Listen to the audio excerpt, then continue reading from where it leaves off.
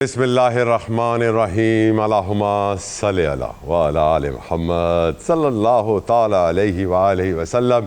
تمام دیکھنے والوں کو میری طرف سے، میری ٹیم کی طرف سے، میرے چینل کی طرف سے جشن عید میلاد النبی صلی اللہ تعالیٰ علیہ وآلہ وسلم بہت بہت مبارک ہو۔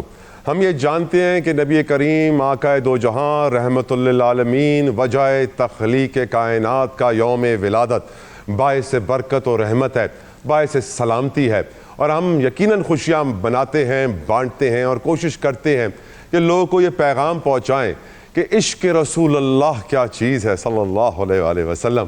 یہ وہ عشق ہے جس میں میرا رب ڈوب گیا، جس کے بعد میرے رب نے اپنے محبوب کو حبیب اللہ کہا۔ آج ہمیں بھی اس عشق کو ریوائیو کرنے کی ضرورت ہے۔ اور ایک سوال جو میں اپنے دوستوں سے، احباب سے، گھر والوں سے، فیملی والوں سے ہمیشہ پوچھتا ہوں، ویورز آپ سے بھی پوچھنا چاہوں گا، کیا آپ جانتے ہیں کہ آپ میں، حضرت انسان میں اور اللہ سبحانہ و تعالیٰ میں واحد عمل مشترک کیا ہے؟ یہ رحم کھانا نہیں، کسی کی مدد کرنا نہیں، عمل، ایکشن جو آپ ہمیشہ کر سکتے ہیں۔ یہ میں اس کے آپ سمجھانے کے لیے آپ کے سامنے سورہ الاحزاب کی وہ آیت پڑھنا چاہوں گا۔ بسم اللہ الرحمن الرحیم۔ ان اللہ و ملائکتہ یصلون علی النبی، حق نبی، یا ایھا الذین آمنوا صلوا علیہ وسلموا تسلیما، اللہم صلی علی آل محمد۔ اللہ تعالیٰ قرآن پاک میں فرماتے ہیں کہ میں اور میرے فرشتے درود و سلام پڑھتے ہیں، بندو تم بھی کثرت سے درود و سلام پڑھو۔ تو آج اس مبارک دن کے صدقے میں یہی آپ سے دعا کروں گا، گزارش کروں گا کہ روزانہ کی بنیاد پر اپنے جتنا بھی آپ مصروف رہتے ہیں معاملات میں، سوسائٹی میں کام کرتے ہوئے، گاڑی چلاتے ہوئے، درود و سلام کا ورد اپنی زبان پہ رکھیں۔ آپ جب بھی درود پڑھتے ہیں اللہ تعالیٰ اسی وقت آپ پہ 10 رحمتیں نازل فرماتا ہے۔ یہ وہ دعا ہے جس کو اللہ تعالیٰ رد نہیں کرتا۔ اور درود کے معنی بھی یاد رکھیے کہ میں اگر کہوں کہ اللہ کی رحمت، برکت، سلامتی ویورز آپ پر ہو تو میں آپ پہ درود بھیج رہا ہوں۔ جو میرا پیارا رب ہے، مالک الملک ہے، مالک یوم الدین ہے، ہر چیز پہ قادر ہے، وہ یہ کہہ رہا ہے کہ میری رحمت، میری برکت، میری سلامتی میرے محبوب تم پر اور تمہاری آل پر ہو صلی اللہ علیہ وآلہ وسلم۔ اس آیت کو سمجھنے کے بعد مجھے مزید کسی کو بتانے کی ضرورت نہیں ہے کہ میرے آقا کی شان کیا ہے، اس کے گھرانے کی شان کیا ہے، اور یہ ساری شان میرے پیارے رب نے اسے دی ہے۔ اسی لیے ہمیشہ اللہ کی، اس کے محبوب کی اور اس کی آل کی شان بڑھانے والے بنیے گا، گھٹانے والے نہ بنیے گا، کیونکہ ہم جانتے ہیں فتنے کا دور ہے، فتنہ بڑھ رہا ہے۔ جس طریقے سے قرآن پاک کے 200 ترجمے آج کتابوں کی مارکیٹ سے ملتے ہیں، تو یقیناً بہت ضرورت اس امر کی ہے کہ ہم اپنے بچوں کو صحیح دین سکھائیں، دین کی ویلیو سکھائیں۔ And the only common action between us and اللہ تعالیٰ از درود و سلام۔ یہ ضرور سکھائیے گا، یہ بہت امپورٹنٹ ہے۔ خیر، آج کا خصوصی پروگرام ہے یقیناً 12 ربیع الاول کی مناسبت سے، لیکن میں نے یہ سوچا کہ آج میں پروگرام میں اپنے ملک کے 26.5 کروڑ لوگوں کی نمائندگی کروں اور ان کی مشکل سے حکمرانوں کو آگاہ کروں، جو ہمارا بیسک بنیادی فرض ہے۔ اینڈ آف کورس ہر پاکستانی پریشان ہے، ہر مسلمان دنیا میں اس وقت پریشان ہے۔ وجہ ایک ہی ہے، معاشی حالات، مالی مشکلات، تیل کی قیمتیں، بجلی کی قیمتیں، گیس کی قیمتیں، اشیاء خورونوش، خوراک نہ ہونا۔ نبی کریم صلی اللہ علیہ وسلم نے فرمایا بھوک انسان کو کفر پر مجبور کر دیتی ہے۔ آج جب ہمارے ملک میں 26 کروڑ 50 لاکھ میں سے 47% غربت کی لکیر سے نیچے ہیں، کتنے لوگ بھوکے ہیں ہمیں احساس نہیں۔ آج جب ہمارے ملک میں 21 سال کی بلند ترین بے روزگاری ہے، 80 لاکھ نوجوان بے روزگار پی ایچ ڈیز دھکے کھا رہے ہیں، رشوت دینے والے، پرچی دینے والے نوکریاں پا رہے ہیں۔ ہمیں سوچنے کی ضرورت ہے کہ ہمارا دین ہمیں کیا سکھاتا ہے، نبی کریم صلی اللہ علیہ وسلم نے ہمیں کیا سکھایا۔ ہمیں یہ سوچنے کی ضرورت ہے کہ آج جب ہمارے ملک میں گندم کا بحران آتا ہے، چینی کا بحران آتا ہے، sugar scandal, wheat scandal, import export اور کیش کراپس، زرعی ملک ہونے کے باوجود ہم کیش کراپس کے اندر مشکلات کا شکار ہیں، وجہ کیا ہے؟ اس کے اوپر آج میں گفتگو کرنا چاہوں گا اپنے پروگرام میں، اور یقیناً بہت ضروری ہے کیونکہ آج برکتوں اور رحمتوں اور سلامتی کا دن ہے، نبی کریم صلی اللہ علیہ وآلہ وسلم کی تعلیمات کو اجاگر کرنے کا دن ہے۔ تو آج جو پاکستان جن مسائل میں گھرا ہوا ہے، میں کوشش کروں گا کہ ان کو سیرت نبوی کی نظر سے دیکھوں اور ان کا کوئی حل نکالنے کی کوشش کروں، آپ تک پہنچاؤں۔ گفتگو کا آغاز کرنا چاہوں گا اپنے مہمانوں سے، ویلکم کروں گا اپنے گیسٹ کو۔ میرے ساتھ موجود ہیں اظہر جاوید صاحب، کسی تعارف کے محتاج نہیں ہیں، پاکستان تحریک انصاف کے رہنما ہیں، ماہر قانون ہے، اور یقیناً میں شکریہ ادا کرتا ہوں حضرت صاحب. السلام علیکم. آپ کو عید میلاد النبی صلی اللہ علیہ وآلہ وسلم بہت بہت مبارک ہو. اور یقیناً آج بہت سارے ایشوز ہیں جو میں آج آپ سے ڈسکس کرنا چاہتا ہوں.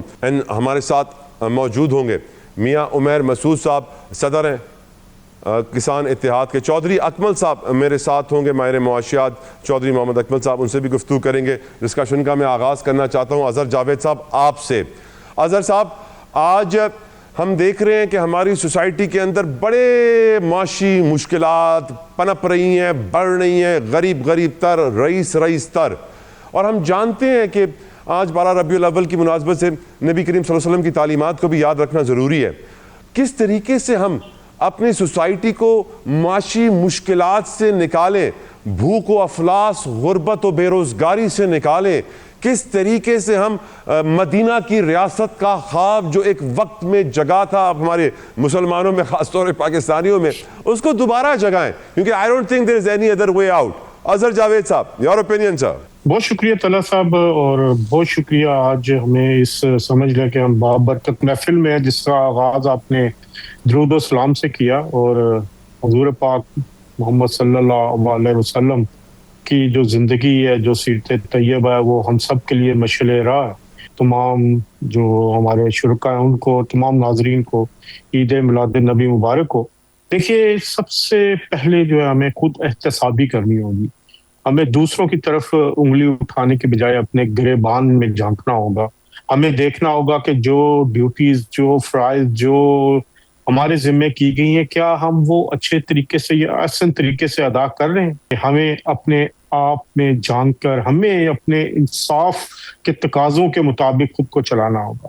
ہمارا مسئلہ یہ ہو گیا کہ ہماری سوسائٹی کے اندر ہم دوسروں کی طرف نہ صرف انگلیاں اٹھاتے ہیں، دوسروں کی طرف ہم اب جو لینگویج استعمال کرتے ہیں. تو اب ان حالات میں، ان واقعات میں عام آدمی جو پس رہا ہے، جو معاشی تنگی ہے، اور یہ ایک گلوبل عمل بنتا جا رہا ہے، اس کے پیچھے ہماری انسان کی، چاہے وہ پاکستان میں بیٹھا ہے، برطانیہ میں بیٹھا ہے، امریکہ میں بیٹھا ہے، جو وہاں پر ایک خود غرضی ہے، یہ بڑھتی ہوئی جنگیں ہیں، بڑھتے ہوا جو ایک کہہ سکتے ہیں کہ لالچ ہے، اس کے نتیجے میں آج لوگ جو ہیں وہ دربدر ہو رہے ہیں، معاشی مشکلات کا شکار ہو رہے ہیں. پاکستان میں بھی اب ایک عام چھوٹے تاجر سے لے کے، ایک ریڑھی والے سے لے کے، اور ایک پیٹرول پمپ والا ہو یا ایک دکاندار ہو، وہ ناپ تول میں وہ اپنے جو ہے وہ بے ایمانی کرتا ہے. اوپر یہی فیکٹ اوپر تک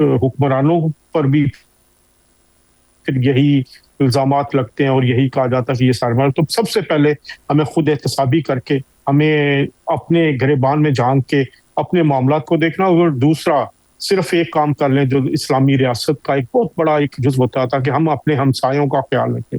اگر آج میں اپنے ہمسایوں کا خیال رکھوں، اپنے ارد گرد دیکھوں کہ میرا کوئی ہمسایہ بھوکا تو نہیں سو رہا، جو کہ حضور پاک صلی اللہ علیہ وآلہ وسلم کی ایک بہت بڑی تعلیمات تھی، تو میرا خیال ہے کہ ہم اپنے معاشرے کو مجموعی طور پر ہم بہتر بنا کے اپنی طرف سے ہم آغاز کر سکتے ہیں، اور ان مسائل کی طرف، معاشی مشکلات کی طرف، جو ایک ریاست مدینہ کا تصور تھا، جو انصار اور مہاجرین کے درمیان ایک تعلق پیدا ہوا تھا، وہ آج ہمیں وہ دوبارہ وہ ایک جذبہ لانا ہوگا.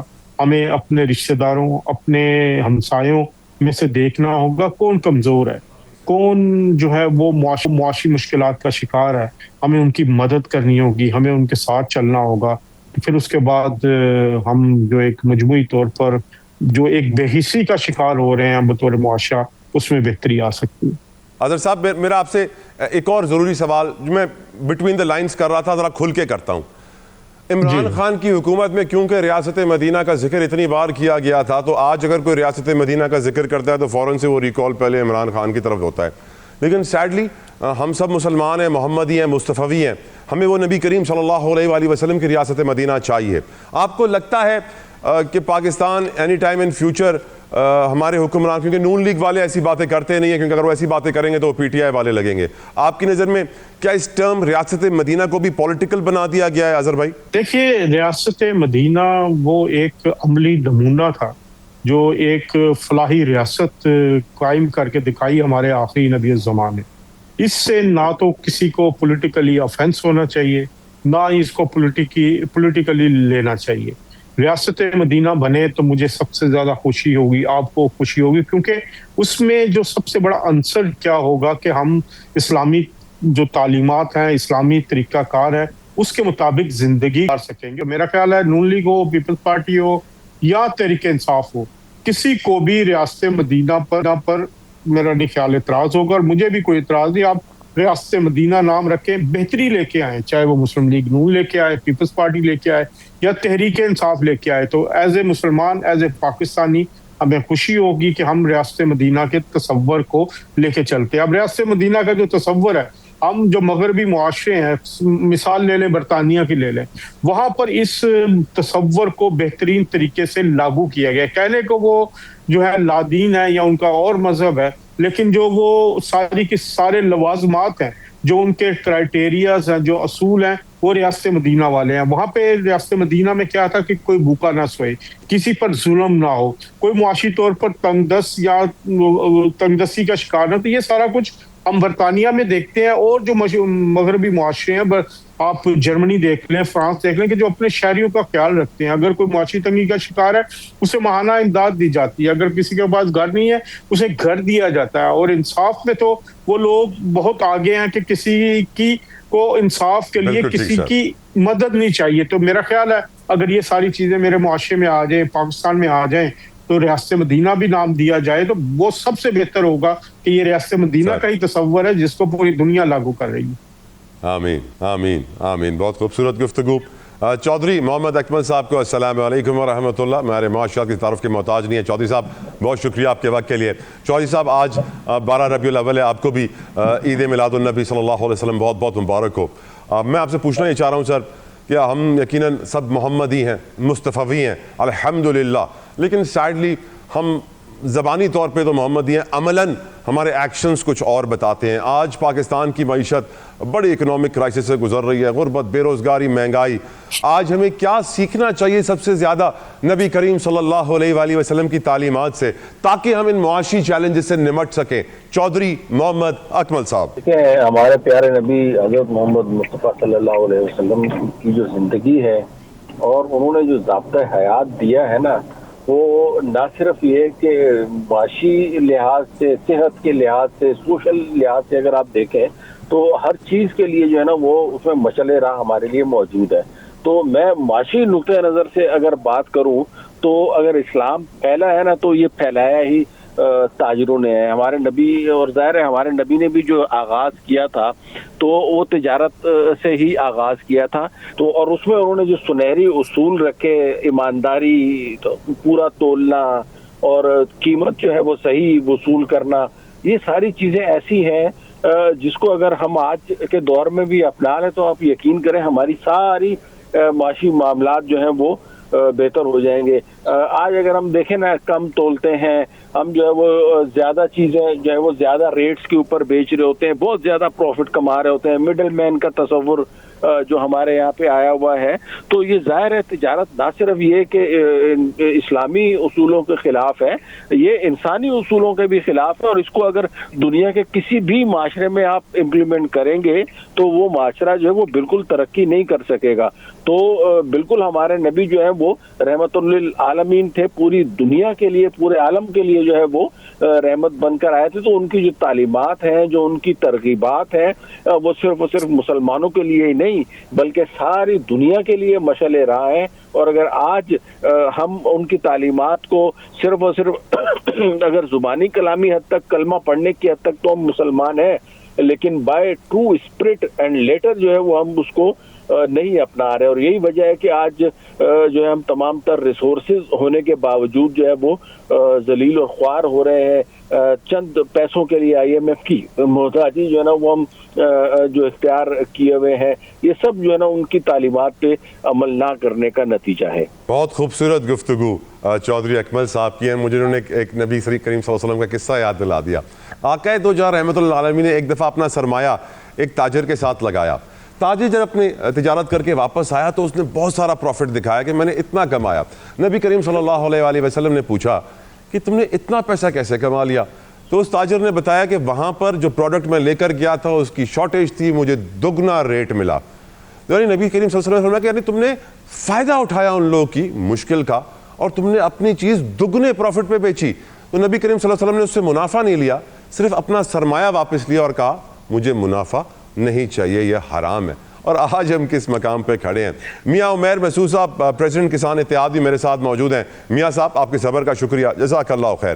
میاں صاحب سب سے پہلے آپ کو جشن عید میلاد النبی صلی اللہ علیہ وآلہ وسلم بہت بہت مبارک ہو. ولادت عالی مقام رحمت للعالمین وجہ تخلیق کائنات پہ میری کوشش یہ ہے کہ میں آپ سے یہ پوچھوں کہ آج کے دن کی مناسبت سے جن مشکلات میں پاکستان گھرا ہوا ہے, ہمیں آقا دو جہاں صلی اللہ علیہ وآلہ وسلم کی تعلیمات سے کن چیزوں سے سب سے زیادہ سب سے پہلے سبق سیکھنا چاہیے؟ میاں عمیر مسعود صاحب. سر پہلے تو بہت شکریہ کہ آج اتنا مبارک دن کے حوالے سے آپ نے جو پروگرام رکھا ہے, اور دوسرا یہ کہ نبی صلی اللہ علیہ وسلم کی جو تعلیمات ہیں جو وہ ہمارے لیے مشعل راہ ہیں زندگی کے لیے, ان تمام چیزوں میں اگر آپ جس طرح آپ ذکر کر رہے تھے پولیٹیکل سسٹم کا یا پولیٹیکل پارٹیز کا, تو یہ تعلیمات پولیٹیکل پارٹیز تو کبھی اس ملک میں لاگو نہیں ہونے دیں گی. اگر آپ صلی اللہ علیہ وسلم کی تعلیمات سچ, حق, سچ, انصاف آ جائے تو معاشرہ جو ہے وہ بالکل تبدیل ہو جائے, اور یہ پولیٹیکل پارٹیز میں ایسا میرا خیال ہونا ممکن نہیں ہے. دوسرے نمبر پہ سر جو کاشتکار ہوتا ہے, کاشتکار بیسیکلی اس کی زندگی جو ہے وہ بڑی عجیب ہے. وہ اپنا گندم یا کوئی بھی چیز ہو, وہ اس کا بیج جو ہے وہ زمین کے اندر ڈال کے آ جاتا ہے, اور زمین کے اندر اس کو پرندے بھی کھا رہے ہوتے ہیں, اس کو حشرات بھی کھا رہے ہوتے ہیں. پھر بھی اللہ کی قدرت ہے کہ وہ اس میں ڈال کے اور اللہ پہ یقین کر کے اور آ جاتا ہے, اور پھر اللہ تعالیٰ اس میں برکت ڈالتا ہے, اور وہ ایک دانے سے 70, 80 یا 100 دانہ نکل آتا ہے. تو یہ بیسیکلی اللہ پہ توکل ہے. اگر جب تک ہم نبی صلی اللہ علیہ وسلم کی تعلیمات اور اللہ تعالیٰ پہ توکل نہیں کریں گے, اس وقت تک کچھ نہیں ہو سکتا. ہم جو ہے وہ اپنی قابلیت پہ توکل کرتے ہیں, ہم اپنی ایفیشنسی پہ توکل کرتے ہیں, لیکن اصل توکل اللہ تعالیٰ کی ذات پہ ہونا چاہیے.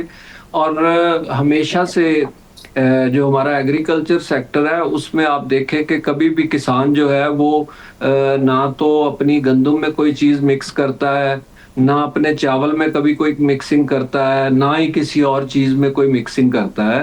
اور یہ اگر کوئی مکسنگ ہوتی ہے تو وہ مارکیٹ میں جا کے کچھ لوگ کرتے ہیں, ادروائز جو کسان ہے وہ ہمیشہ سے اللہ پہ توکل کرتا ہے. اور دیکھیں آپ کہ وہ صرف اور صرف انسانوں کے رزق کا ذریعہ نہیں بنتا, بلکہ انسانوں کے ساتھ ساتھ پرندے بھی کھاتے ہیں, حشرات بھی کھاتے ہیں, باقی جانور بھی کھاتے ہیں. تو لیکن اس کے باوجود وہ شکر گزار رہتا ہے اور اللہ تعالیٰ اس کو اس کا پھل بھی دیتا ہے.